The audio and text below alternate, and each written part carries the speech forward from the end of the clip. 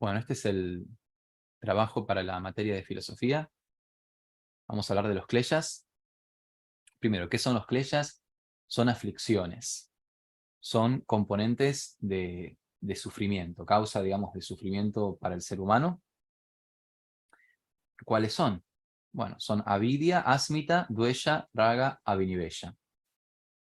Avidya es ignorancia básica, es no saber qué somos, ¿no? El misterio de la vida, las preguntas existenciales, quién soy, a dónde voy, de dónde vengo, por qué existo, cuál es el propósito de la vida. Bueno, todo eso no lo sé. Entonces, como no sé eso, tengo avidya, ignorancia básica o fundamental. Ahora, también esto lo podemos trasladar a la ignorancia, digamos, ordinaria de justamente nacer prácticamente sabiendo nada, salvo los instintos, ¿no? Y bueno, digamos, en la vida uno tiene diferentes momentos donde expresa la ignorancia, ¿no? De diferentes temas, pero bueno, es eso. Después, justamente como no sé quién soy, empiezo a crear una identidad falsa o circunstancial, ¿no? Entonces, asmita es esta fuerza profunda, fundamental del ser humano que declara yo soy, ¿no? Separado y diferente de todo lo demás. Ahora, mientras soy consciente de eso, de que soy separado y diferente de todo lo demás, al mismo tiempo me voy relacionando con el mundo y me voy identificando con cosas que me gustan y cosas que no me gustan, ¿no? Entonces, ¿qué pasa? Cuando hablamos de asmita, raga, dvesha, abhinivesha, estamos hablando de prácticamente los instintos naturales del ser humano, ¿no? Asmita, ¿no? Cuando el ser humano se ve en el mundo, ¿no? Nace un ser humano y se ve rodeado de un mundo inmenso. Ese ser humano tiene el instinto de sobrevivir, tiene que sobrevivir en este mundo inmenso y peligroso, ¿no? Entonces, bueno, ahí tenemos, digamos, la fuente, digamos, de los instintos, ¿no? Y claro, después el ser humano ve y dice, bueno, estos objetos del mundo me sirven para sobrevivir, ¿no? Aparte son agradables, me gustan, ¿no? Y después el ser humano ve que hay objetos o situaciones o personas que dicen, bueno, estas situaciones, personas o objetos son peligrosos o son desagradables, no me gustan, ¿no? Y bueno, obviamente tenemos a Vinivella, que es el miedo fundamental, que es el miedo a la muerte, que da lugar a todos los demás miedos. También a Vinivella puede ser el deseo de perpetuarse, de ser eterno, ¿no? Pero justamente es el miedo a la pérdida o el miedo a la muerte. Tenemos estas dos palabritas en sánscrito que son klishta y aklishta, ¿no? Tenemos klishta britis, que son pensamientos cargados de kleshas, cargados de aflicciones, y aklishta britis, que son pensamientos que han sido purificados o que no están, directamente no están afectados por los kleshas. A mí los kleshas me gusta llamarlos manchas o colores. Son como las manchas que se adhieren a una prenda, a una remera, un pantalón. Bueno, los kleshas son manchas que se adhieren a los pensamientos. También los llamo colores, ¿no? Entonces, ¿cuáles son? Ya lo dijimos. ¿Qué son? Ya está. ¿Cómo surgen y por qué?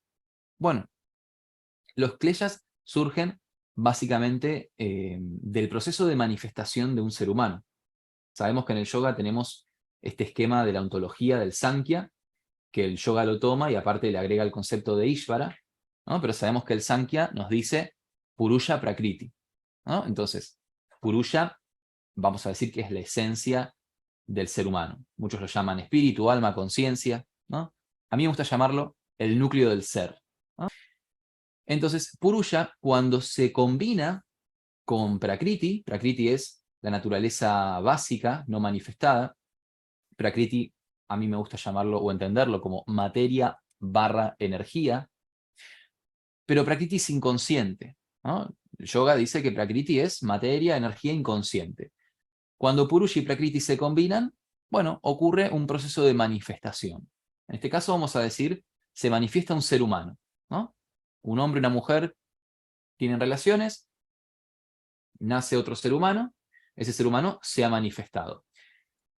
Y ese ser humano que nace está compuesto de Purusha y Prakriti. ¿Qué pasa? Purusha, por algún motivo misterioso, olvida quién es en realidad, ¿no? Olvida que no tiene realmente limitaciones, ¿no? Vamos a decir que Purusha, de alguna manera, es un aspecto de nuestro ser que no está limitado, ¿no? Aunque sí está sujeto, vamos a decir, a los karmas y a los kleyas, justamente, digamos, el samsara, ¿no? ¿Cómo surgen y por qué surgen los kleyas? Bueno, lo acabo de decir, ¿no? Es un proceso de olvido. Justamente Purusha olvida quién es en realidad o qué es en realidad. Y Purusha se mueve en el mundo, en la experiencia humana, se mueve a través de diferentes vehículos, ¿no? El cuerpo físico, el más evidente, la mente y sus funciones, ¿no? El yoga describe 4 funciones de la mente: manas, ahankara, buddhi y chitta o smriti, ¿no? La memoria. Eh, los sentidos, los 5 sentidos cognitivos, los jnanendriyas, los 5 sentidos de la acción, los karmendriyas o karma indriyas. Entonces Purusha se mueve en el mundo a través de estos vehículos. Y moviéndose en el mundo a través de estos vehículos, se empieza a identificar, empieza a crearse una identidad, bueno, falsa o circunstancial, ¿no? Como se olvidó quién es, se crea una identidad falsa o circunstancial, que la crea a partir de, justamente, de un proceso de identificaciones que ocurren tanto, bueno, en 2 niveles, diría yo, ¿no? Uno relacionado con raga y el otro con dvesha. Porque la identidad que nos vamos creando, que luego se expresa en nuestra personalidad, está en gran parte basada en las cosas que nos gustan y aquellas que no nos gustan. Obviamente todo aquello que nos gusta es porque nos hace bien, o porque se siente agradable, porque nos permite sobrevivir, subsistir. Y todo aquello que no nos gusta es, bueno, justamente porque es desagradable, o porque pone en peligro nuestra supervivencia, ¿no? Etcétera. Entonces, esta identidad falsa o circunstancial que se va creando está basada en gran parte por raga y dvesha, o sea, apegos y aversiones.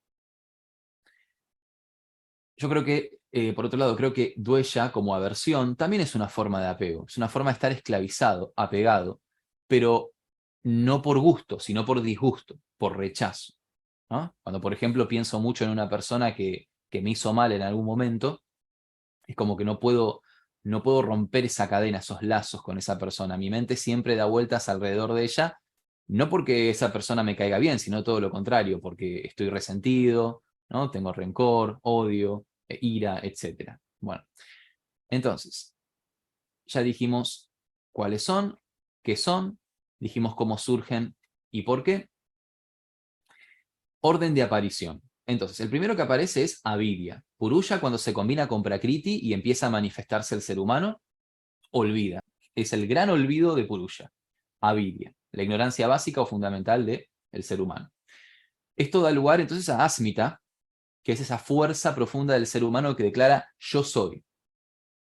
Y yo soy separado y diferente de todo lo demás. Sin embargo, asmita también es el origen de este proceso de identificaciones. Identificaciones a través de raga y dvesha. Abhinivella siempre está en todo este proceso, porque Abhinivella es ese asmita, o ese yo, o ese ego, que quiere existir por siempre, que se quiere perpetuar, ¿no? Entonces, avidya es la raíz de todos los kleyas, asmita es el tronco de este árbol de los kleyas, y dvesha, raga y abhinivella son las ramas, ¿no? Que dvesha, abhinivella y raga es un proceso continuo que va constantemente creando y recreando y mutando, modificando esta identidad, ¿no? Por ejemplo, Francisco, que se identifica con tales cosas, ¿no? Ideas políticas, ideas sociales, económicas, religiosas, espirituales, ¿no? Un equipo de fútbol, un estilo de música, ¿no? Pero todo esto a lo largo de la vida va cambiando, la identidad va cambiando y la personalidad también expresa esa identidad y va cambiando, la personalidad también. Entonces, los kleyas van constantemente interactuando entre sí, van funcionando, digamos, cooperando entre ellos para constantemente fortalecer y enraizar bien esta falsa identidad. Justamente el yoga nos viene a decir, ojo, porque estás perdiéndote, estás ciego, ¿no? Sin ver quién realmente sos. Vos creés que sos esta identidad circunstancial, transitoria, identidad falsa, pero en realidad sos Purusha. ¿no? O sos algo más sutil, más profundo, más universal o más divino. Cada persona ahí tiene sus creencias, ¿no? Entonces, bueno, ya creo que hablamos sobre cómo funcionan, ¿no?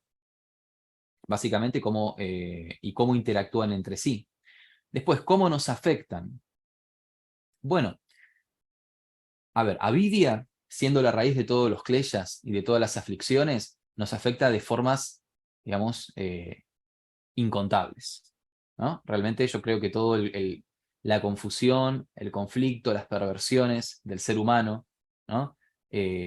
Todo eso se debe justamente a que no sabemos qué somos en realidad, ¿no? Y constantemente buscamos nuestra verdadera identidad, pero la buscamos en lugares incorrectos. Las buscamos en relaciones humanas, que a veces terminan siendo relaciones tóxicas, las buscamos en algunos caminos espirituales y terminan siendo sectas peligrosas que consumen al ser humano, o lo buscamos en el alcohol, en las adicciones, en las drogas, en el sexo, en lo que sea, ¿no? Entonces yo creo que avidia realmente nos afecta de formas inconmensurables a un nivel muy profundo, ¿no?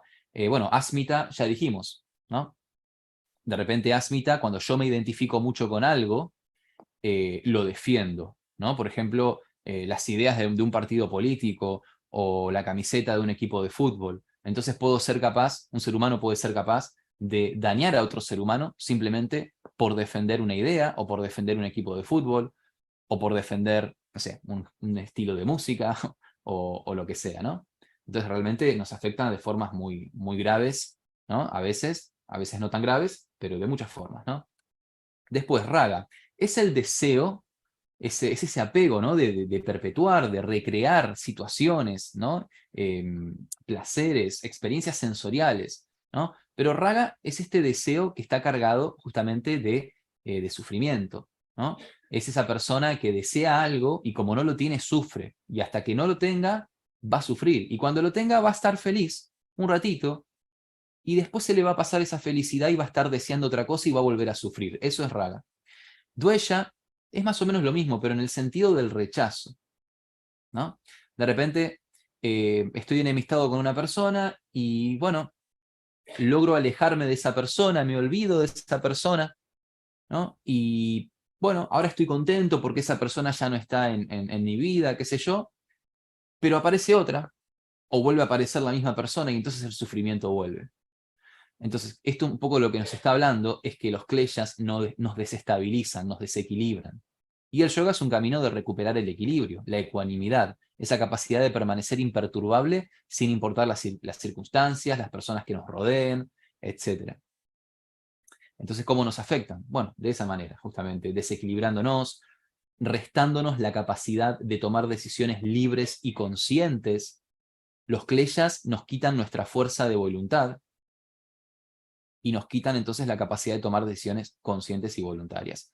Bueno, a Vinivella, siendo el miedo fundamental, digamos, está bueno ir por la vida con cuidado, ¿no? La supervivencia, obviamente es algo lógico, pero también vivir en una burbuja, encerrado, alejado de todo lo demás, tampoco eso es una forma de vivir, ¿no? Es un poco complicado, ¿no? Entonces, realmente a Vinivella como miedo, o diferentes formas de miedo, bueno, pueden ser un componente limitante de la experiencia humana. Puede impedir tener una vida plena, justamente por esos miedos, ¿no? ¿Cómo prevenir los kleyas? A través de la meditación. Patanjali lo deja clarísimo.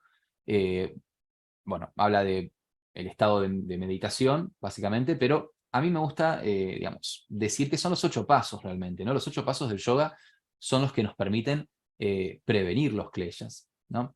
Eh, y no solo prevenirlos, sino también debilitarlos, decolorarlos, ¿no? Si los kleyas son manchas que se adhieren a nuestros pensamientos y que por lo tanto nublan nuestra conciencia, nublan nuestra capacidad de tomar decisiones y limitan nuestra voluntad, la restringen, entonces el yoga, la meditación, estamos hablando de lo mismo, ¿no? Yoga, meditación es lo mismo, eh, es justamente el antídoto, dice Patanjali, eh, para ir erradicando estos kleyas.